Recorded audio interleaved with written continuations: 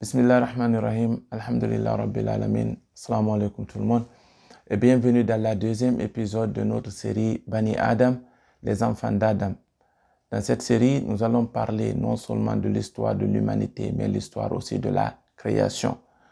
Et dans cette deuxième série, dans la première série, nous avions parlé de la création du stylo et nous avions parlé de l'Ahul Mahfouz, là où tout est préservé. Donc, dans cette deuxième épisode, disons que ça fait 50 000 ans après. 50 000 ans après, il y a plusieurs versets coraniques là où Allah nous parle de la création, qu'il est celui qui a créé les cieux et la terre, ainsi de suite. Mais nous allons prendre une partie dans la sourate Hud.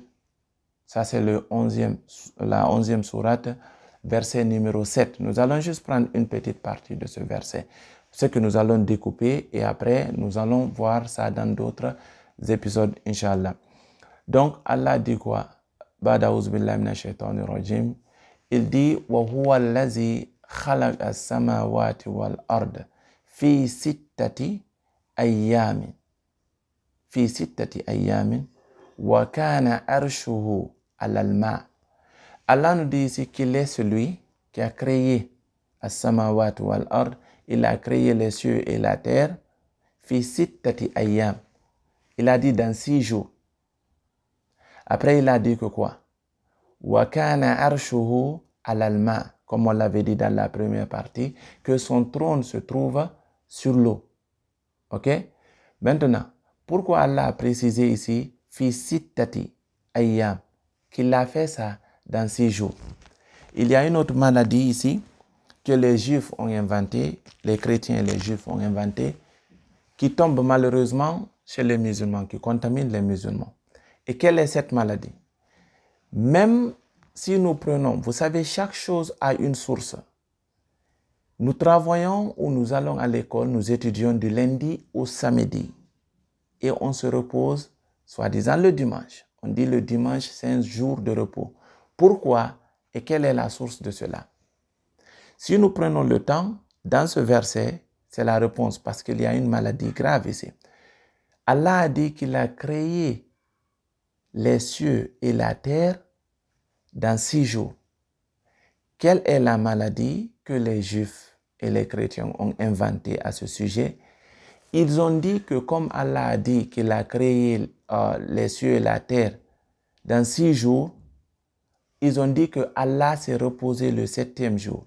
C'est là où nous avons pris ce virus de dire que nous devons seulement travailler ou étudier du lundi au samedi.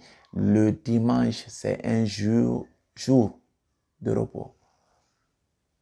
Beaucoup le font, ou tout le monde le fait, sans savoir quelle est la source. Ça, c'est une maladie. Parce que quand ils disent qu'Allah a travaillé 6 jours, il s'est reposé le 7e jour, ils font quoi? Ils attribuent quelque chose à Allah qu'il ne devait pas. Allah ne se fatigue pas.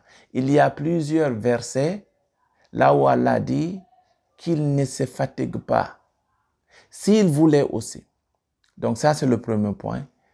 Il a dit dans la sourate Ahqaf vers la fin, il a dit quoi? Il a dit qu'il crée les cieux et la terre walam yahya bi khalqihinna, qu'il ne se fatigue pas. Awalam yaraw bi anna allaha allazi khalaqa as-samawati wal ard walam yahya bi khalqihinna, qu'il ne se fatigue pas à la création des cieux et de la terre. Rien ne peut épuiser Allah. Donc la première maladie, ils ont dit qu'Allah s'est reposé le 7e jour. C'est pour cela, nous aussi, on se repose le dimanche. Donc, dès que tu dis à quelqu'un, moi, je vais étudier le dimanche, ils vont te dire, non, le dimanche, on n'étudie pas, on se repose. Pourquoi? Pourquoi on ne peut pas aller au travail le dimanche? C'est un jour de repos. Parce qu'ils ont inventé, sans savoir, nous aussi, on est tombé dans ce piège. Allah n'a pas besoin de se reposer. Le premier point, c'est quoi? C'est de savoir que si Allah décide de créer les cieux et la terre dans 6 jours, c'est lui qui a décidé ainsi. Seule sa sagesse peut comprendre cela. Nous, on ne peut pas le comprendre. Un deuxième point, c'est quoi? Le deuxième point, si Allah avait voulu, il pouvait juste dire quoi? Kun fayakun, soit, et la chose allait être. S'il avait voulu créer les cieux et la terre dans une fraction de seconde, il allait juste dire kun fayakun et tout allait être en place. Maintenant, quelle est une deuxième leçon que nous pouvons apprendre de cela, de la création des cieux et de la terre dans 6 jours? Chaque chose, Allah nous enseigne, mérite la patience. Ça doit prendre du temps pour que les choses soient. Donc, ça nous enseigne que quoi? Le bébé prend du temps avant d'apprendre à s'asseoir. Il prend du temps avant d'apprendre à s'arrêter. Il prend du temps avant d'apprendre à marcher. C'est progressif, étape par étape. Tu ne plantes pas l'arbre aujourd'hui et tu manges les fruits aujourd'hui. Il faut que tu sois patient et persévérant. Ça doit prendre du temps pour que ça soit. C'est pour cela qu'Allah a décidé de créer ça dans 6 jours. Pour qu'on apprenne que tout ce que nous voulons, ça prend du temps. C'est quand Allah veut, on fournit les efforts, on essaie de notre côté, mais quand Allah voudra, ça aura lieu. C'est ce qu'il veut nous enseigner ici. Donc, qu'est-ce que nous devons retenir de ce verset? وَهُوَ الَّذِي خَلَقَ السَّمَاوَاتِ وَالْأَرْضِ فِي سِتَّةِ أَيَّامٍ. Il nous a enseigné. Nous allons nous débarrasser d'abord du premier virus. Allah ne se fatigue pas comme les juifs et les chrétiens le disent. C'est pour cela qu'il se repose les dimanches. Donc nous aussi, si nous apprenons, nous pouvons apprendre les dimanches. Si nous travaillons, nous pouvons travailler les dimanches. Parce que tu peux te reposer la nuit. Quand tu dors le matin, tu te réveilles, c'est bon. Tu t'es reposé, tu peux continuer.